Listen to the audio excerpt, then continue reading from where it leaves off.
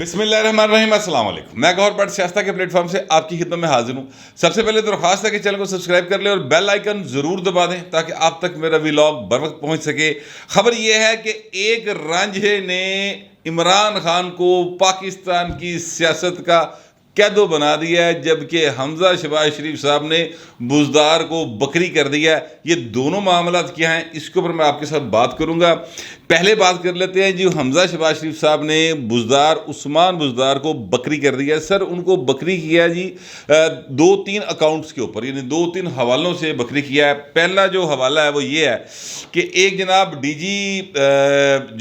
جی خان کے D C ہیں، انہوں نے ایک رپورٹ بھیجی کہ جناب انہوں نے اور ان کے بھائی نے سرکاری زمین جو ہے وہ اپنے نام لا لی اور اسے ٹھیکہ دے کے پتہ نہیں کتنے لاکھ روپے مہینے کا ٹھیکے تک کما رہے ہیں، کرائے کمائی جا رہے ہیں صرف۔ تو یہ بطور وزیر اعلیٰ پنجاب انہوں نے کنڈکٹ کی، ان کا جو ہے وہ کرپشن کے زمرے میں آتا ہے، لہٰذا اینٹی کرپشن میں ان پر مقدمہ درج کر لیا۔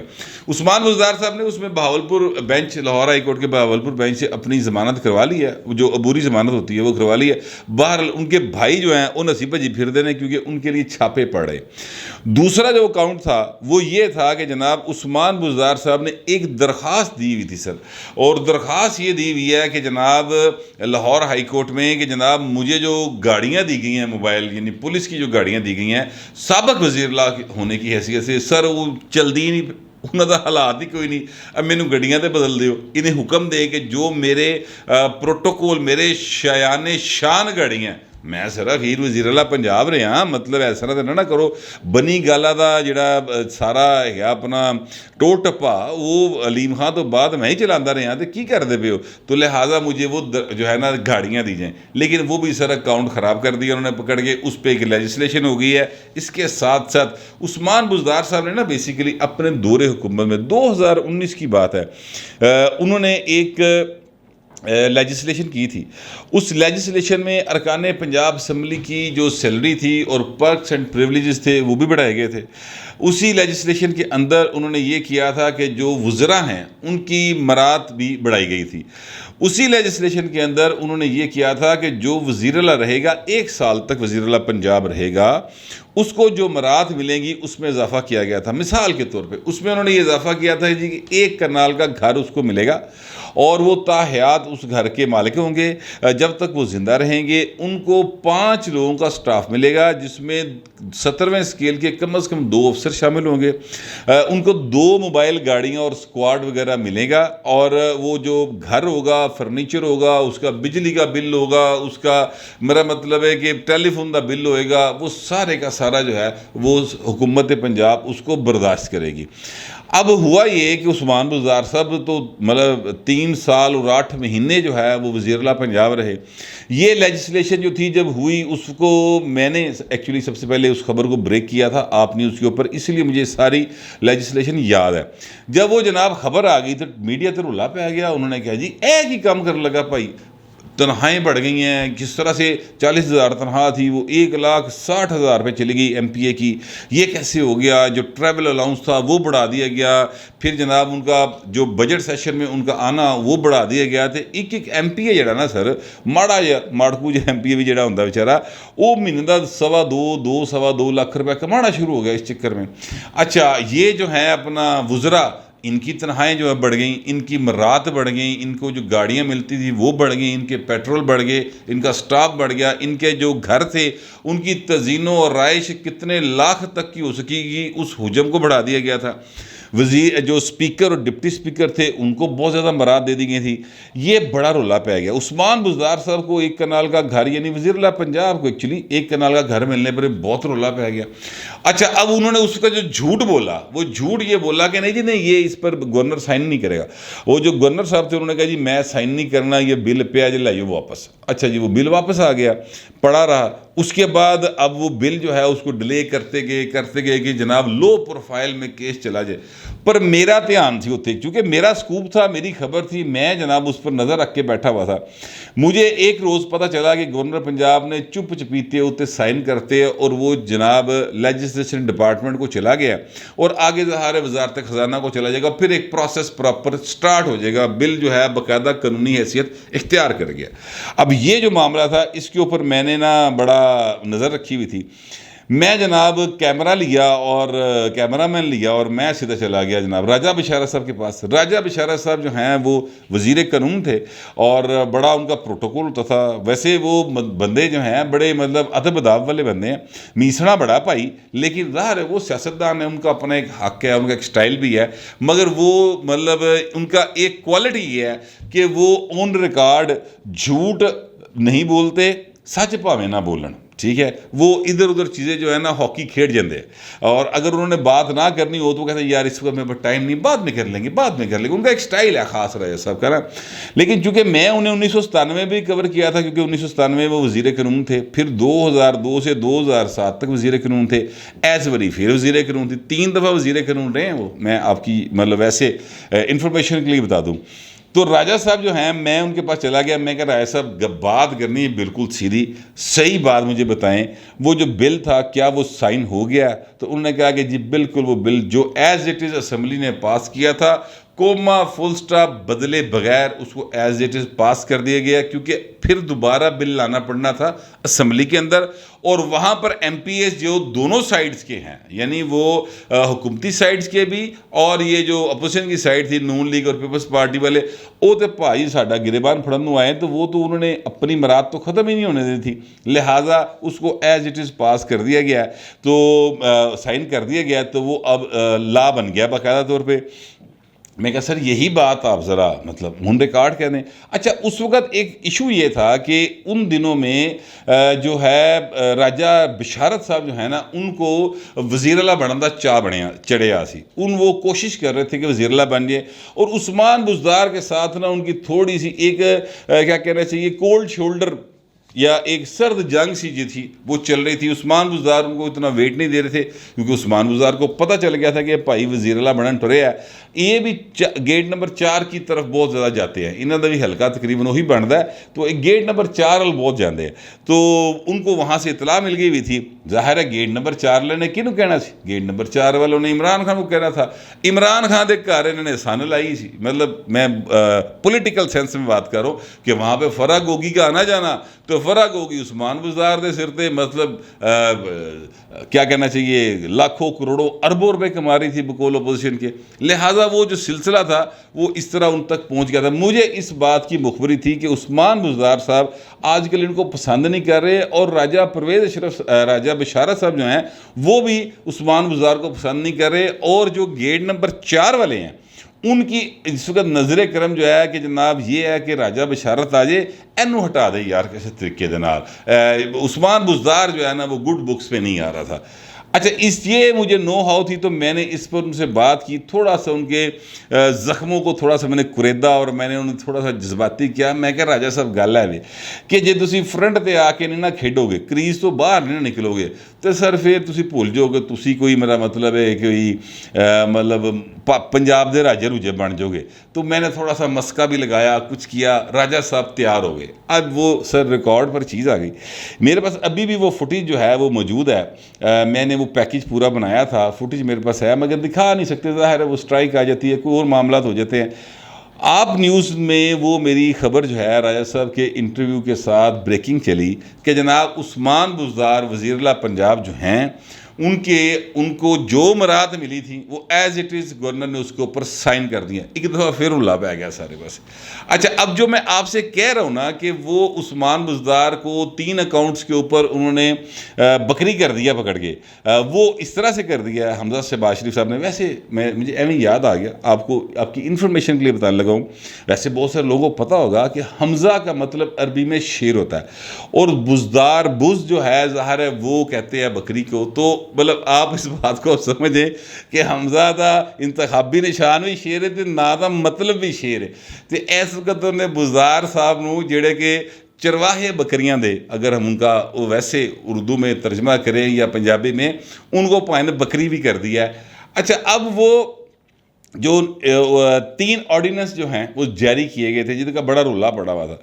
آج انہوں نے ایک چوتھا کام یہ کیا, اور وہ کام انہوں نے بڑا زبردست کیا. وہ کام انہوں نے یہ کیا کہ جتنی وزیر اعلیٰ پنجاب کی مراد سے متعلق امینڈمنٹس ہوئی تھی نا, جو قانون بنا تھا, جو میں نے آپ کو پہلے بتایا, وہ سارے کا سارا بھائی انہوں نے اڑاتا پھڑ کے.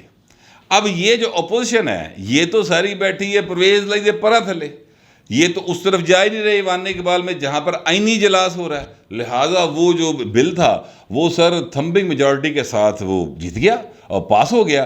اور عثمان بزدار کو جو 2 گڈیاں بیچارہ کہتے ہیں مینوں گڈیاں سر پرانیاں دیتیاں چلنا نہیں، وہ گڈیاں وڈیاں پائیں ہائی کورٹ میں جو پٹیشن ہے۔ اب ظاہر ہے جو ایڈوکیٹ جنرل پنجاب ہوں گے یا جو بھی ان کے نائب ہوں گے وہ جا کے ہائی کورٹ میں کہہ دیں گے سر نہیں یہ نئی لیجسلیشن آ گئی ہے تو انہوں کا کوئی حق نہیں بنتا، اس کو چھوڑ دیں آپ۔ اچھا، اب یہ بات ذہن میں رکھیے گا کہ جو عثمان بزدار صاحب کے بعد وزیر اللہ بنے ہیں وہ حمزہ شہباز شریف صاحب ہیں۔ حمزہ صاحب جو ہیں ان کے اپنے لاہور کے اندر کافی سارے گھر نے تو انہوں نے گڈیاں دی تھوڑ کوئی نہیں۔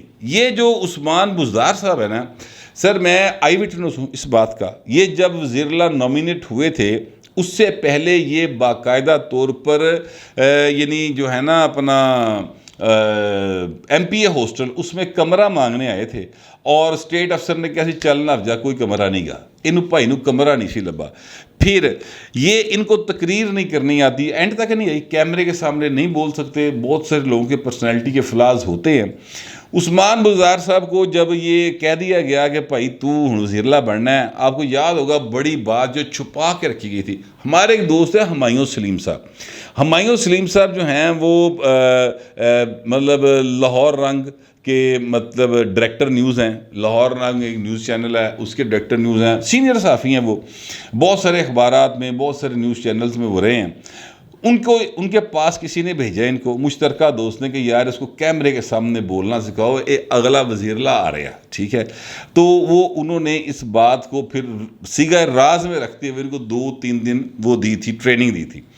اب جب یہ باقاعدہ اناؤنس ہو گئے تو یہ گورنر سرور کا ایک گھر ہے سر جو فیز 5 میں ہے، جو اس وقت گورنر تھے، اب بھی ظاہر ہے انہوں نے گورنر میں کہتا پڑھ کے چودھری سرور صاحب کا، وہاں پر ملاقات کے لیے یہ گئے تھے چودھری سرور صاحب کے گھر میں۔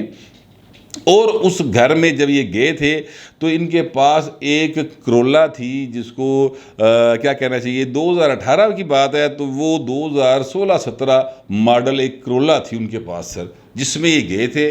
اور گاڑی جو ہے ان کے ساتھ ایک اور بندہ بیٹھا تھا، وہ ڈرائیو کر رہا تھا۔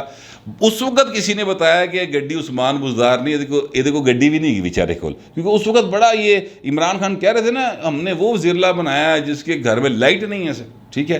تو یہ بھی ان کے ایک پھر صحافیوں کو ہمیں بتایا گیا، یہ وہ ساری چیزیں میں آپ کو بتا رہا ہوں جس کا میں آئی وٹنس ہوں۔ تو عثمان بزدار صاحب کی اب جو پراپرٹی کے حالات ہیں اور اب جس طرح سے وہ پیسے کمائے ہیں اور پھر جو لش پش کم ہے نا سر، وہ اب کے دیکھ لیں، اور جب وہ وزیر اللہ بنے نہیں تھے تب کے حالات دیکھ لیں تو آپ کو خود بخود سمجھ آ جائے گا کہ بھائی نے گل کی وچوں، یہ کوئی مطلب ڈھکی چھپی بات ہی نہیں ہے۔ یہ اس کے لیے کسی جو ہے نا مطلب راکٹ سائنس کی ضرورت نہیں ہے۔ آپ اقتدار میں آنے سے پہلے کن گاڑیوں میں پھرتے تھے، کن گھروں میں رہتے تھے، وہ دیکھ لیے جائے۔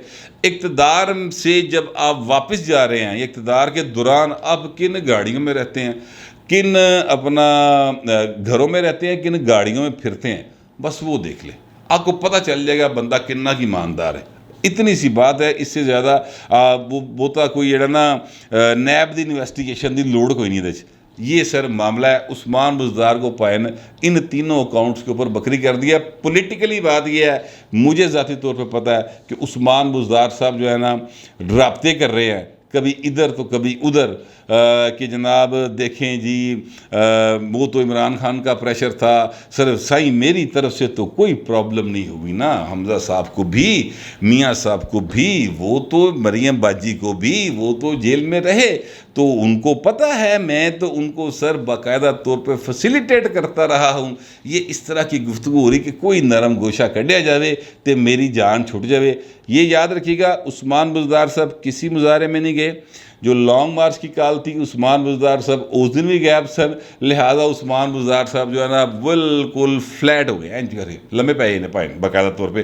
یہ یاد رکھیے گا کہ ابھی حمزہ شہباز شریف نے یا مسلم لیگ نون نے ان کو اپنا وہ والا رنگ نہیں دکھایا جو ماضی میں دکھاتے رہے، یہ تے وہ کام شروع بھی نہیں ہویا، لیکن باہر جو پولیٹیکلی بھی اور لیگلی بھی حمزہ صاحب نے آج ان کو اڑا دیا. ایک اور کام یہ کیا حمزہ صاحب کی جو ظاہر ہے حکومت ہے اس وقت, انہوں نے یہ ایک اور کام یہ کیا کہ چودھری پرویز لائی صاحب جو ہیں ان کو بڑا چاہ سی وزیر اعلیٰ بنن دا, اور وہ اسپیکر ہوتے ہوئے بھی وہ ڈیفیکٹو وزیر اللہ بن گئے تھے. وہ استحقاق بل کے نام پہ میں نے آپ کو بتایا تھا, اس بل کو بھی سر اڑا دیا گیا آج باقاعدہ طور پہ. وہ جو آرڈیننسز آئے تھے ان کو اب باقاعدہ ان کی لیجسلیشن کر کے اسمبلی سے پاس کروا لیا گیا ہے.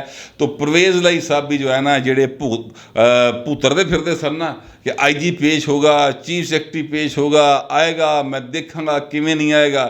وہ بھائی صاحب ہوں وہ آپ آئی جی تے بڑی دور دی گل ہے ایس ایچ او دے ترلے پاندے پھرن گے پرویز لائی صاحب کہ سر میں کس لیے آنا تہاڈے کول تفتیش لیے, مہربانی کرو. یہ حالات جو ہیں وہ پرویز لائی صاحب کے انہوں نے ایک دن کے اندر جو ہے نا وہ کر دیے. اس کو کہتے ہیں زور کا جھٹکا دھیرے سے لگے. وہ زور کا جھٹکا پاجی جو لاتا ہے. اب میں آتا ہوں اس خبر کی طرف جو میں نے آپ سے شروع میں عرض کی تھی کہ عمران خان صاحب جو ہیں وہ سیاست کے قیدو بن گئے ہیں اور ایک رانجھے نے قیدو بنا دیا. عمران خان صاحب کو نا اصل میں عادت ہے, وہ کسی سے بات سن لیتے ہیں اور اس کے بعد اس بات کو سچ تسلیم کر کے یا سچ خود نہ بھی تسلیم کریں تو ادھر رولا پانا شروع کر دیں کہ فلاں 35 پینچر, فلانے نے پینچر لائے تھے 13 دی حکومت بنی. اس طرح کی باتیں جھوٹ بولتے ہیں, لوگوں کے خلاف پروپیگیٹ کرتے ہیں. اتنا پروپیگیٹ کرتے ہیں کہ پڑھا لکھا معصوم ذہن کا آدمی ورگلایا جاتا ہے. آج مجھے ایک ڈاکٹر صاحب ملے, انہوں نے کہا جی پڑھے لکھے سارے ڈاکٹر جڑے بندے نے وہ عمران خان دے نال نے. میں کہ یار جڑے عمران خان دے نال نے نا وہ پھر پڑھے لکھے نہیں چاہیے. یہ میرا اپنا خیال ہے. یعنی کہ وہ جھوٹ اتنا بولتے ہیں, آپ گوگل کریں پتہ چل جاتی چیزوں کو, بہت ہی دور جان دی لوڑ ہی کوئی نہیں پاتی.